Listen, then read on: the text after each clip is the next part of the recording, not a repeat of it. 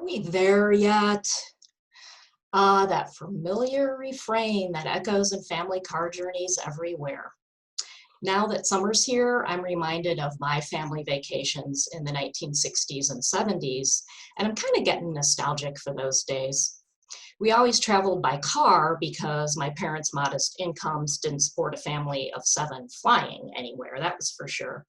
Dad was a preacher, and every summer he got a month off, and he had to flee town because if he hung around and his parishioners found out, they would always call him because they always needed something, and there would go his vacation.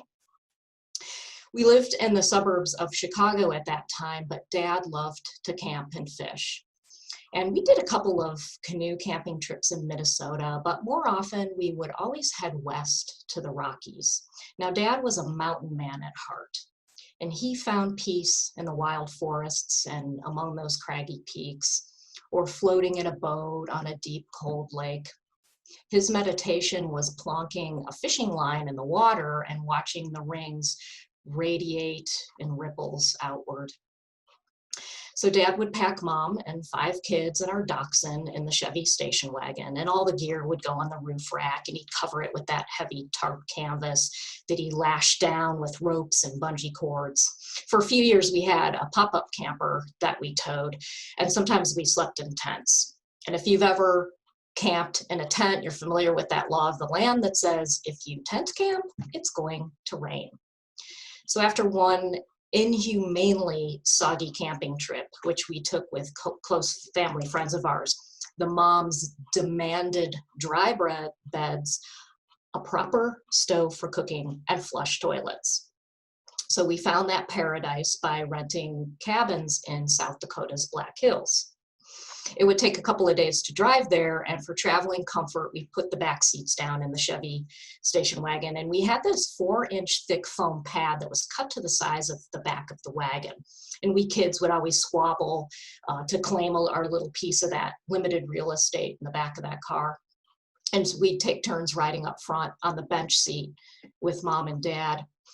And in the back, we would sleep, or we'd lie down and read, or we'd sit up against the side window and we'd just watch the landscape sit by. And of course, someone would always fart, and then the perpetrator would always blame it on the dog. Back then, there were no cell phones or tablets for watching videos or listening to music and podcasts. Instead, we had good old-fashioned books and magazines and comics. And we had these I Spy games that we'd play, and playing cards and transistor radios. We drove across the flat prairies of the Midwest, and then through the rippled and craggy Badlands and the plains as we got closer to the mountains. And I would always wonder what it would be like to live in those different places that we traveled through. What would my life be like if I had grown up on a huge farm, or maybe on a big mountain ranch? Could I ride a horse to school? What did kids do for fun in those little towns? Well, a couple of days is a long time to be cooped up with 6 other people in a car. And we all couldn't wait to get there. And Dad for sure couldn't wait to get there. It was like he was on a prison break. He hated stopping, and we used to have to beg him to pull over at a rest stop whenever we needed to pee. His mantra was always, I'll stop at the next one, I'll stop at the next one. And of course, the next one was like 20 or 30 or sometimes 40 miles down the road. He was so focused on getting to our destination that if he wanted Mom to take over the driving, he wouldn't even pull over for that. So get this, he would slow down to 75 miles per hour, and then Mom would scooch in the middle next to him, and she'd reach her foot over the hump in the floor and put her foot on the gas pedal. And then they would start to slide toward each other, and Mom would slide over top of Dad. Dad would slide underneath, and Mom would lift herself up and go across his lap. And somewhere in that precarious changeover, the steering wheel would exchange hands. And all the while, our Chevy wagon would be hurtling down the highway with 5 kids and the dog, and of course, no seat belts.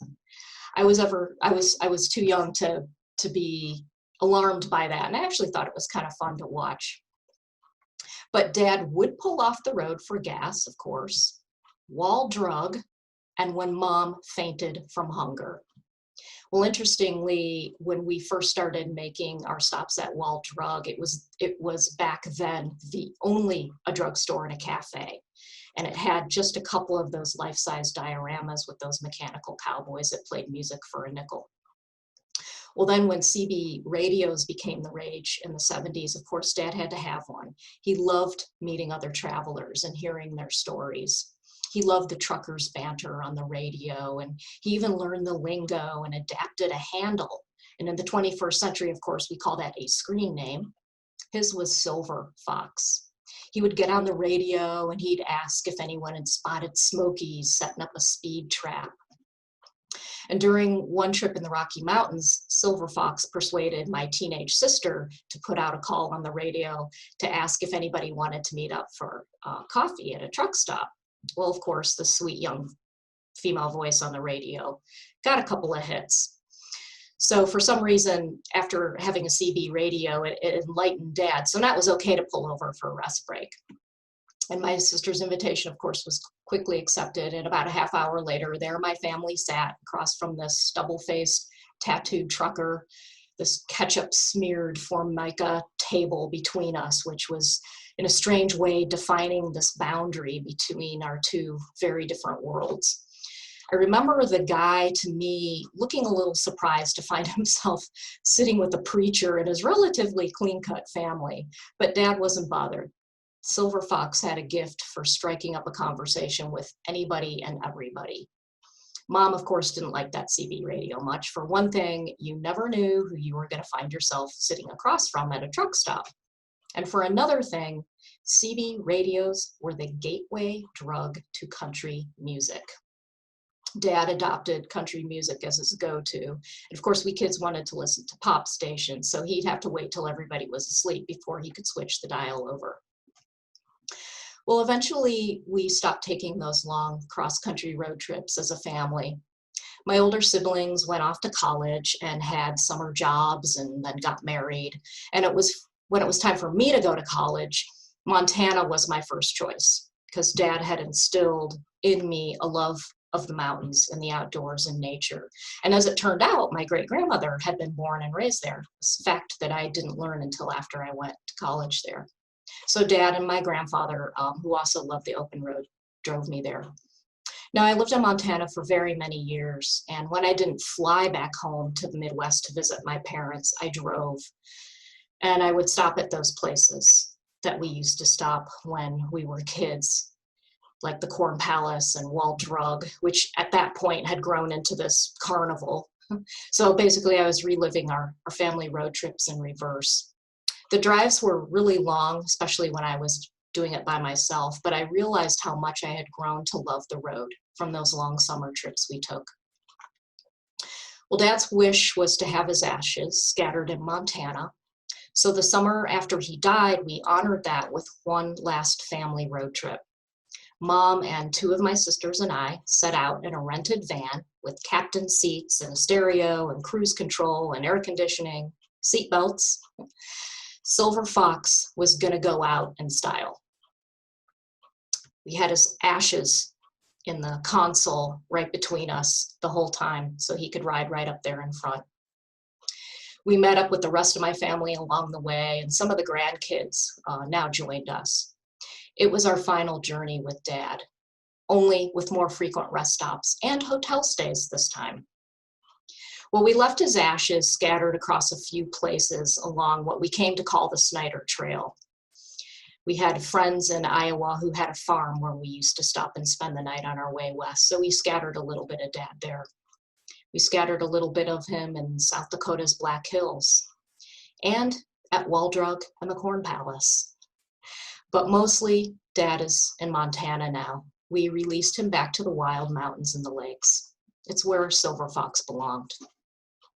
As I get older, I find myself longing for the road, especially these days when we've been told to stay at home. And when I think about those family vacations, what I've become most fond of is not the actual destinations themselves, but the journey across America and watching the vast shifting landscape go by and the great diversity that this country has. Are we there yet?